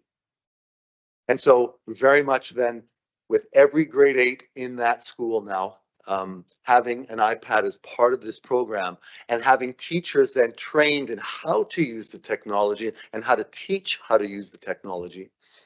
What we're seeing is this is not just about student learning, but it turns out to be also about staff learning. And so the basis of staff learning through professional learning communities, through targeted student interventions, using this cohort program, developing and having already developed common assessments in literacy and numeracy over the previous 3-4 months of the end of the last school year, doing a ton of work to align all of this. That's what grade 8 students at Brookswood experienced on their first day when they got to Brookswood. And what they got to experience then was, again, the expansion of the Cat Pack into a grade 8 cohort. But what they experienced was an entire system working together to create that school start experience that we hope not just for our Brookswood students, but for every single one of our students in all of our schools. And so with that, again, while we have school start up that moment in time, I hope you see and agree that learning in Langley really is a year-round endeavor that has certain moments that we focus on, but that require an entire team to ensure that we're creating the right feelings, experiences for students so that they can connect and we can achieve everything that you've heard about in both the FESL and in the strategic plan. So with that, I invite questions. Thank you, Assistant Superintendent Molino. Do trustees have any questions? No questions. Quite a bunch tonight. Okay, awesome. All right, so we have a motion before us, please, that the Board of Education receives the report on school startup for information as presented. Could I please have a mover? Trustee Fox, seconded by Trustee Neufeld. And any discussion on the motion? Seeing no discussion, all those in favor? Any opposed? Carried unanimously. All right, back over to Superintendent Gill, 7.4, naming of Northeast Latimer Elementary School. Thanks, Chair Ashdown. Certainly an exciting time in our district. Talked about it during the strategic plan as well. An opportunity for us in the new year to open a new school, Northeast Latimer Elementary School, but obviously not the name, or maybe I shouldn't say obviously, potentially, I guess it could be the name for the school as it opens. And so with that, I'd like to start just waiting for the slides to come up. Just the process on policy 19, which is the naming process. for the school itself. Before we get going, just to share a couple of pictures of where we are currently with Northeast Latimer. As you can see, we're well underway. And when I say we, again, our facilities maintenance and capital division is certainly working extremely hard to make sure we make our September timelines for opening. And if you have an opportunity to drive by the school, I strongly encourage you to do so. It's an amazing site already. The naming of the school's process, according to policy 19, really should be focusing in on some considerations. First is the piece around geographical names. It should relate to a location of the school or to names of individuals that have significant meaning to students and members of the community in that area. And that consultation be done, that the board will seek suggestions of names from all interested parties. And when naming a new school slated to be immediately adjacent to a park, consideration of having the same name of the park as the school site as well.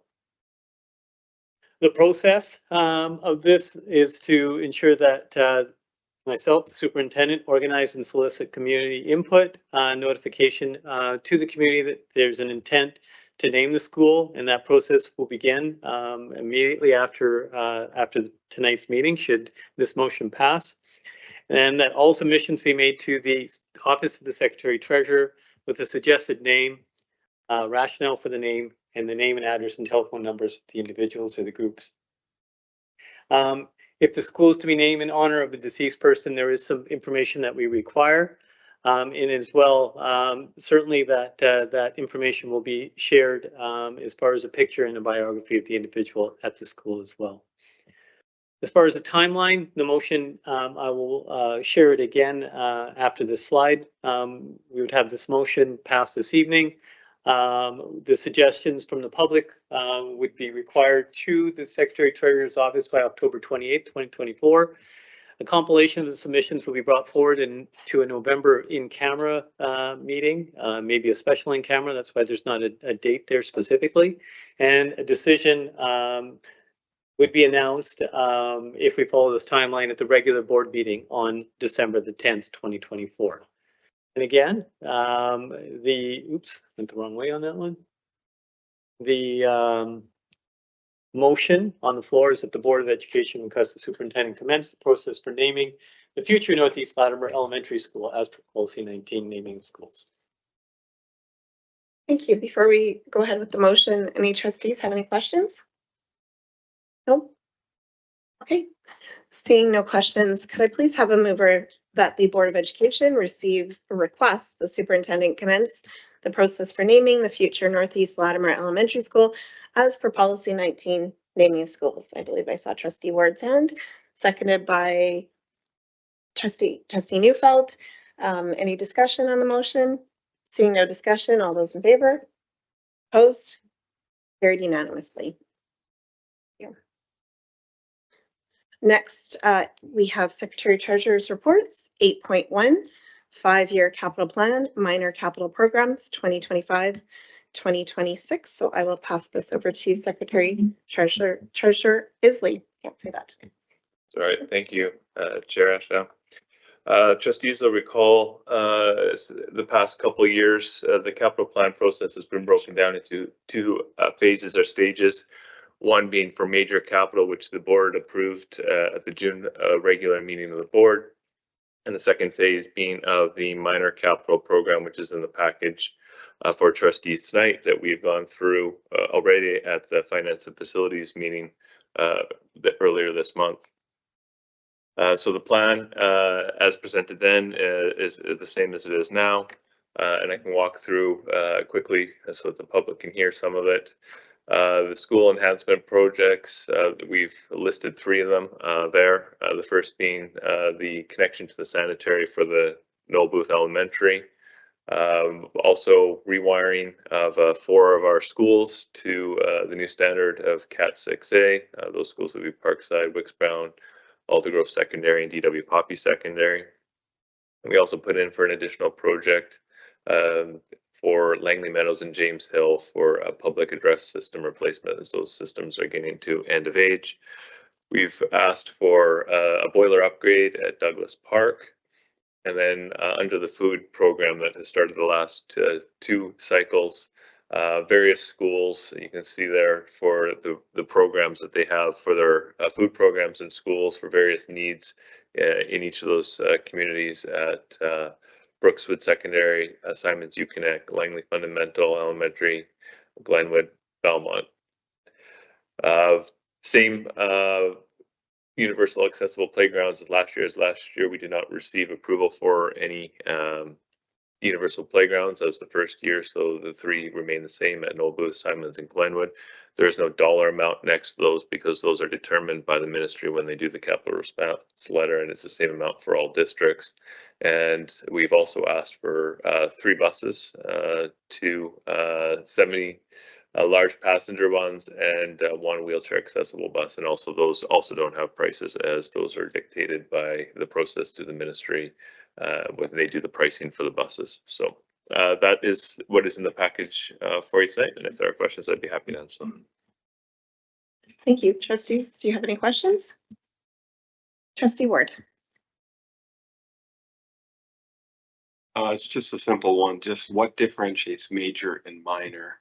Because these expenses, obviously, from the public's perspective, could be considered major, but as far as the dollar figure. It's the type of project. Minor are ones that are done within a year. So they're a shorter cycle, smaller projects. The major ones are site acquisitions, new school builds, additions, those larger type projects that take multi-years.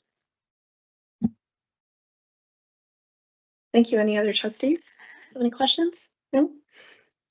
Seeing no other questions, could I please have a mover for the recommended motion that in accordance with provisions under section 142(4) of the School Act, the Board of Education of School District number 35 Langley hereby approves the proposed capital plan, minor capital programs for 2025-2026 as provided on the capital plan summary for 2025-2026 submitted to the Ministry of Education and Childcare. Moved by Trustee Fox, seconded by Vice Chair Wilson. Any discussion on the motion? Seeing no discussion, all those in favor? Any opposed? Carried unanimously. Moving along to Audit Committee, 9.1, approval of audited 2023-2024 financial statements. I'm passing this over to you, Trustee Fox. Thank you, Chair Ashdown. This is one of the most exciting parts of any meeting, right here.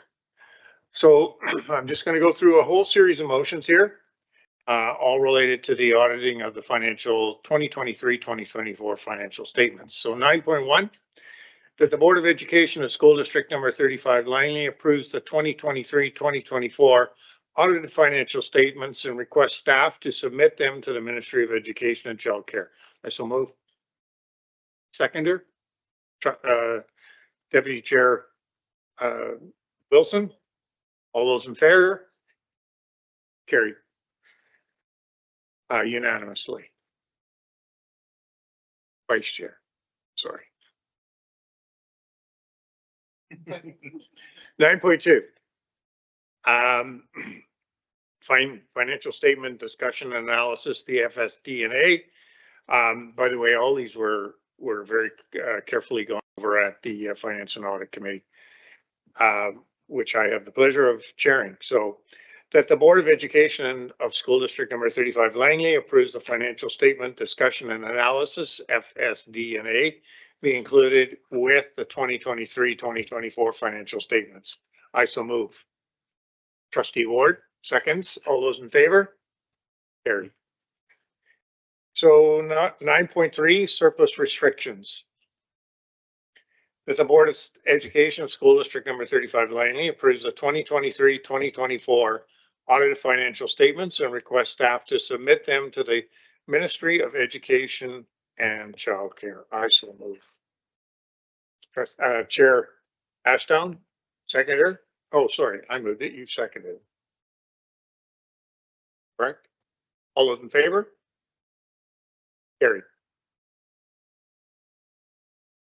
We okay? Yeah.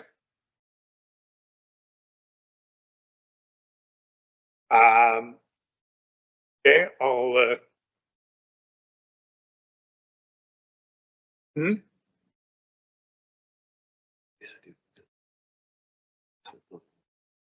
oh, those are done? Oh. Oh, okay, I see what happened here. Oh, okay, so sorry. I had a slight typo there. Okay, so surplus restrictions, okay. So here is the motion again. That the Board of Education of School District number 35 Langley approves the following internally restricted surplus amounts as described in note 12 of the 2023-2024 audited financial statements. 1. Internally restricted for commitment 2023-2024 for $3,022,083. Internally restricted for initiatives not completed in 2023-2024, $139,000. Number 3, internally restricted for administration supports for $445,000. Number 4, internally restricted for middle school initiatives for K-7 schools for $50,000. 5, internally restricted for accessible playground equipment for $400,000. 6, internally, school generated funds for $2,862,690. 7, internally restricted balance for future budgets, $2,936,333. 8, internally restricted for student capacity needs, $3,607,331. 9, school surpluses, $428,032. 10, internally restricted for classroom furniture for $420,000. 11, internally restricted for ERP replacement for $950,000. 12, internally restricted for project management costs for Smith Middle / Secondary for $300,000. 13, internally restricted for cybersecurity for $250,000. 14, internally restricted for facility upgrades, $600,000.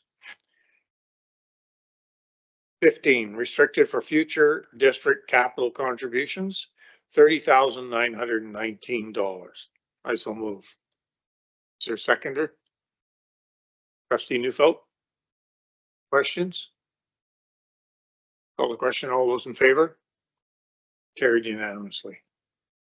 9.4 is interfund transfers. Motion that the Board of Education of School District number 35 approves the transfer of $70,329 from the Special Purpose Fund and $10,304,214 from the Operating Fund to the Capital Fund as described in Note 13 of the 2023-2024 audited financial statement. So I so move. Is there a seconder? Vice Chair Wilson. All those in favor? Carried. Back to you, Chair Ushing. Thank you, Trustee Fox. And if anybody's wondering what we were talking about here, we realized that we had the motion of 9.2 on our agenda twice. So we just did the motion twice and didn't need to. So moving along to new business, we didn't have any new business added at the beginning of the meeting. I'm assuming there is no new business to add. So I'm going to move along to trustee comments. Are there, rather than going to individual trustees, I'll just ask if there's any trustees that do have a comment that they'd like to speak. Okay, Vice Chair Wilson. Great. I like to take advantage of trustee comments and feel like the reverse negative sometimes makes you feel awkward doing them. So It's been a long meeting, and especially because we're not used to meeting and we're just back. So I won't take too long, but I do want to say welcome back to all of our partner groups and students and everybody that's worked so hard, like we've heard tonight, over the summer and just getting ready for everything. And we really do appreciate everybody. It takes a village, like they say. So thank you all for doing that. And I hope that you will all do some learning and enrichment for this upcoming Orange Shirt and Indigenous Day. I like to try to learn something new because there's always something to learn. So please do that and educate yourself. Thank you and have a great night. Thank you. Any other trustees have any comments they'd like to make? No? Okay, seeing no other comments, we will move along to number 12 on the agenda, question period.